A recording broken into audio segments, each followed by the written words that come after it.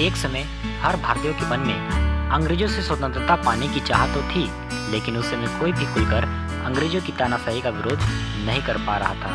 और ऐसे में भारतीयों की आज़ादी के लिए आवाज़ उठाने का काम किया भारत के स्वतंत्रता संग्राम की पहले योद्धा कहे जाने वाले मंगल पांडे ने, जो कि पहले तो ईस्ट इंडिया कंपनी की बंगाल नेटिव इन्फेंट्री में एक सिपाही थे, लेकिन बाद में वही उस समय के सबसे महान क्रांतिकारी बनने में कामयाब रहे। वह एक ऐसे व्यक्ति थे जो अपने धर्म को लेकर अकेले ही अंग्रेजों पे भारी पड़ गए।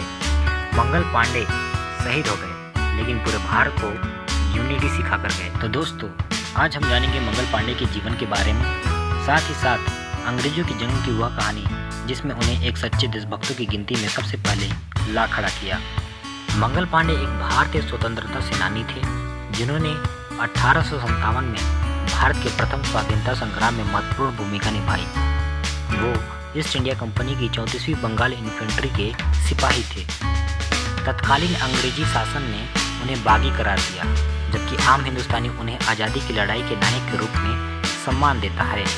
भारत के स्वाधीनता संग्राम में उनकी महत्वपूर्ण भूमिका को लेकर भारत सरकार द्वारा उनके सम्मान में सन 1984 में एक डाक टिकट जारी किया गया। भारत के प्रथम स्वतंत्रता सेनानी शहीद श्री मंगल पांडे का जन्म भारत में उत्तर प्रदेश के बलिया जिले के नगवा नामक गांव में 19 जुलाई 1827 को एक भूमिहार ब्राह्मण परिवार में हुआ था। हालांकि कुछ इतिहासकार इनका जन्म स्थान हैदराबाद के गांव सुरहरपुर को मानते हैं। इनके पिता का नाम दिवाकर पांडे था। जमींदार ब्राह्मण को भूमिहार कहा जाता था। बचपन से ही वे अपने साथियों के बीच बहादुरी के लिए प्रसिद्ध थे। उनमें एक अच्छे सैनिक के सभी गुण विद्यमान थे। वह इतने बहादुर एवं साहसी थे कि अपनी मृत्यु को भी शांति से गले लगा लिया। इन्होंने 19 वर्ष की उम्र में ब्रिटिश ईस्ट इंडिया कंपनी में दाखिला लिया तथा लगभग 7 वर्ष तक ब्रिटिश ईस्ट इंडिया कंपनी की सेवा की।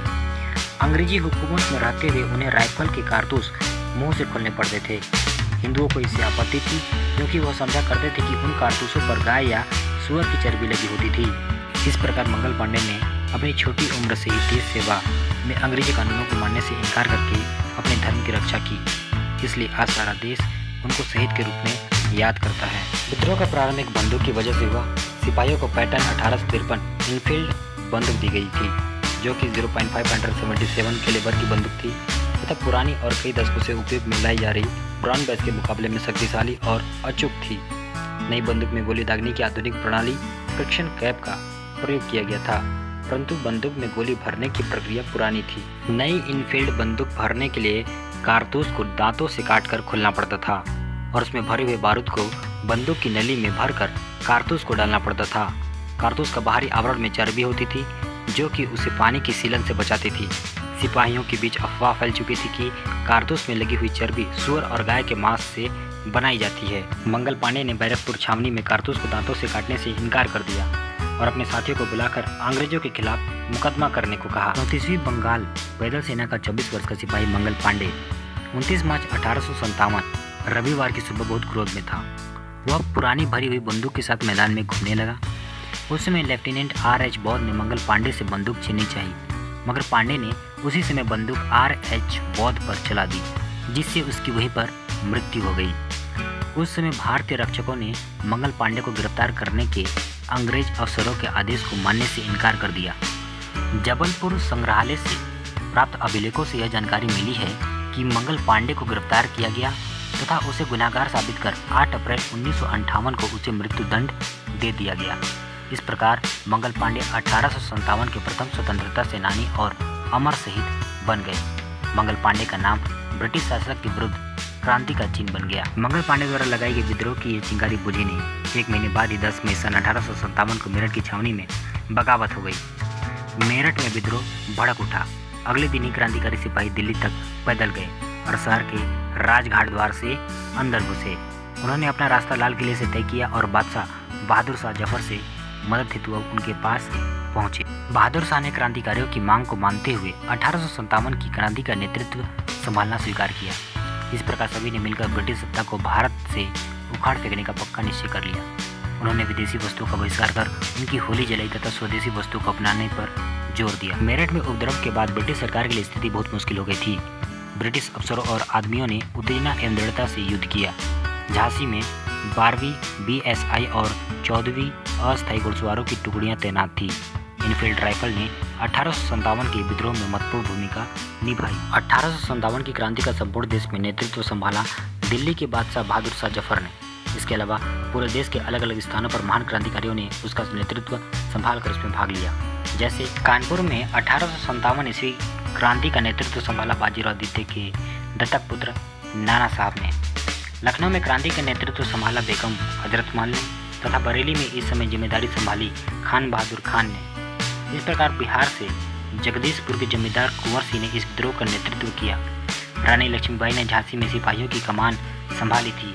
1 साल से ज़्यादा समय तक विद्रोहियों ने भारी कठिनाइयों के बावजूद अपना संघर्ष वीरतापूर्वक जारी रखा। भारत सैनिकों को जनसाधारण की सहानुभूति मिल रही थी, लेकिन पूरा देश उनके साथ नहीं था। व्यापारी, पढ़े लिखे लोग और भारतीय शासक केवल उनसे असंतुष्ट थे। वे अंग्रेजों की सक्रिय मदद कर रहे थे। भारतीय सिपाहियों ने केवल विद्रोह ही नहीं किया बल्कि अपने ही देशवासियों के खिलाफ लड़ाई लड़ी। सन 1857 की क्रांति के समय विद्रोहियों ने अनुकरणीय साहस, समर्पण और प्रतिबद्धता का परिचय दिया। हजारों क्रांतिकारियों ने अपने प्रिय आदर्श के लिए लड़ते हुए इज्जत से जान दी। सबसे पहले दिल्ली का पतन हुआ 20 सितंबर 1857 को। एक लंबी लड़ाई के बाद हुमायूं के मकबरे में शरण लिए हुए बहादुर शाह जफर को पकड़ लिया गया। उन पर मुकदमा चलाया गया और फिर बर्मा भेज दिया गया। ब्रिटिश सैनिकों ने एक के बाद एक सभी ठिकानों पर अधिकार करना शुरू कर दिया। झांसी की रानी अंत तक अपने लक्ष्य पर अटल रही और युद्ध क्षेत्र में लड़ते हुए 17 जून 1857 को उन्होंने प्राण दे दिए। जनरल ह्यूग रोज ने, जिसने उन्हें पराजित किया, अपने दर्जे शत्रु के बारे में कहा है कि पर औरत सोई हुई है जो विद्रोहियों में एकमात्र मर्द थी। नाना साहब ने समर्पण करने से इनकार कर दिया और वे 1859 के शुरू में नेपाल चले गए। दादा टोपो ने अप्रैल 1859 तक गुरिल्ला लड़ाई सफलतापूर्वक जारी रखी, लेकिन एक जमींदार ने उनके साथ धोखा किया और अंग्रेजों ने उन्हें मौत के घाट उतार दिया। 1857 विद्रोह महज एक ऐतिहासिक ट्रेजेडी नहीं थी। अपनी विफलता में भी इसने एक महान उद्देश्य की पूर्ति की। इसने भारतीयों को स्वतंत्र होने की प्रेरणा दी। 1857 की क्रांति का भारतीय उपमहाद्वीप पर व्यापक असर पड़ा। ब्रिटिश सरकार ने यहाँ की कई चीज़ें तहस नहस कर दी थीं।